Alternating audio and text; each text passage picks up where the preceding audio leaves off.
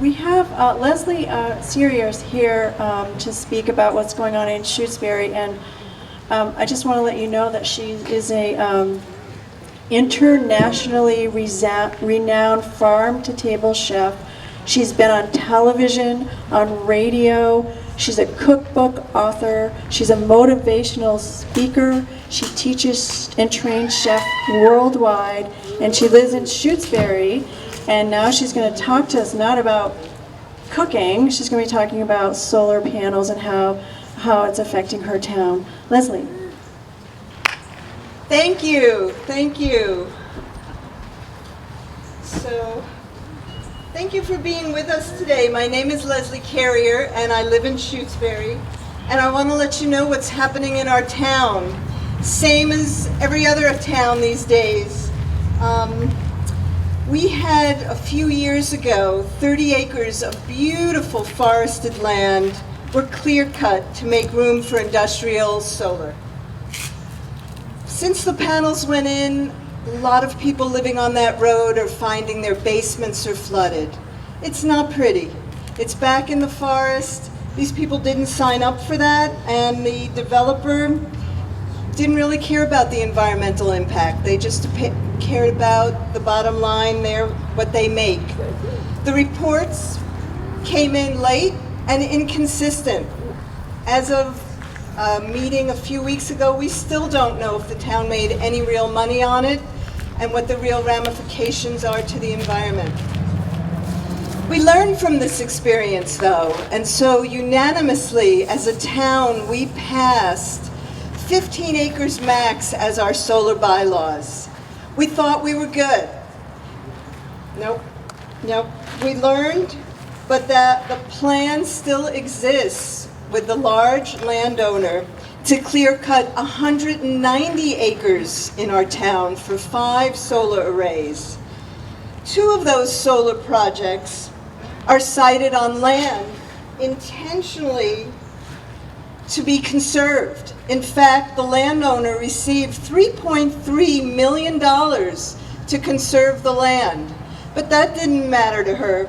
She clear-cut a bunch getting it ready for solar. The state itself considers this land to be environmentally sensitive.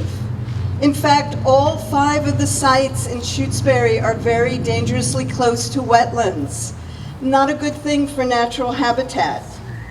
And the developer wants to get around the usual permitting process by pressuring the town to approve a public entity status, making it possible for them to qualify for higher state subsidies through the Department of Energy Resources, SMART funds.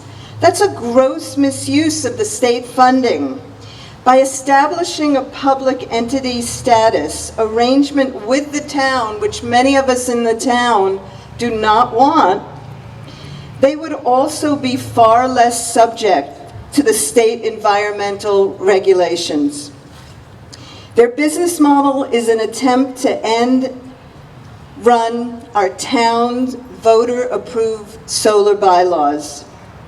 If these new projects get installed, they will likely affect neighboring residents, their drinking water, stormwater management, not to mention their property values. In fact, one of the roads right near where they want to site the solar arrays was washed out. So you can imagine if they took more trees out, what that would do. In fact, you could look at what happened in Williamsburg. They clear-cut 19 acres for a solar project that resulted in a major stormwater runoff damage, polluting several acres of wetlands and the river area. The photos are back on that table, and the damage was so bad that the Attorney General sued the developer for over $1 million. So what about the 15 acres for solar projects in my town? I guess if a landowner or developer has enough money and connections, they can find a way to get what they want. It doesn't help that the state laws are kind of outdated. We've heard about solar on rooftops, on parking lots. That's where they belong. They don't expect the residents residents to be informed, but we're informing them. Yes, we're gonna hopefully stop them sooner than later. In Shutesbury, many of us have solar on our homes, and we're for small-scale solar. So what we're looking at here is destruction of our forests that are part of the solution to the climate crisis. What's happening in my town can happen anywhere in Massachusetts, and in fact is happening beyond our fair state. And one last comment is, solar is only part of the solution, again, if it's on rooftops, if it's on areas that have been cleared years ago. And also our lifestyles. I'm wearing organic cotton and hemp, eating organic, we heard from Fred, so let's just keep our beautiful organic lifestyle and keep the trees in the ground. Thank you very much. Thank you, Leslie. I just want to remind people about the moratorium petition that we have in the back there that we want you to sign.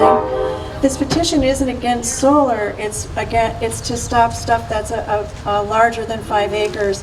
For a frame of reference, this whole energy park, if you multiplied it by 4, that would be 5 acres, and that would be enough solar for about 180 homes.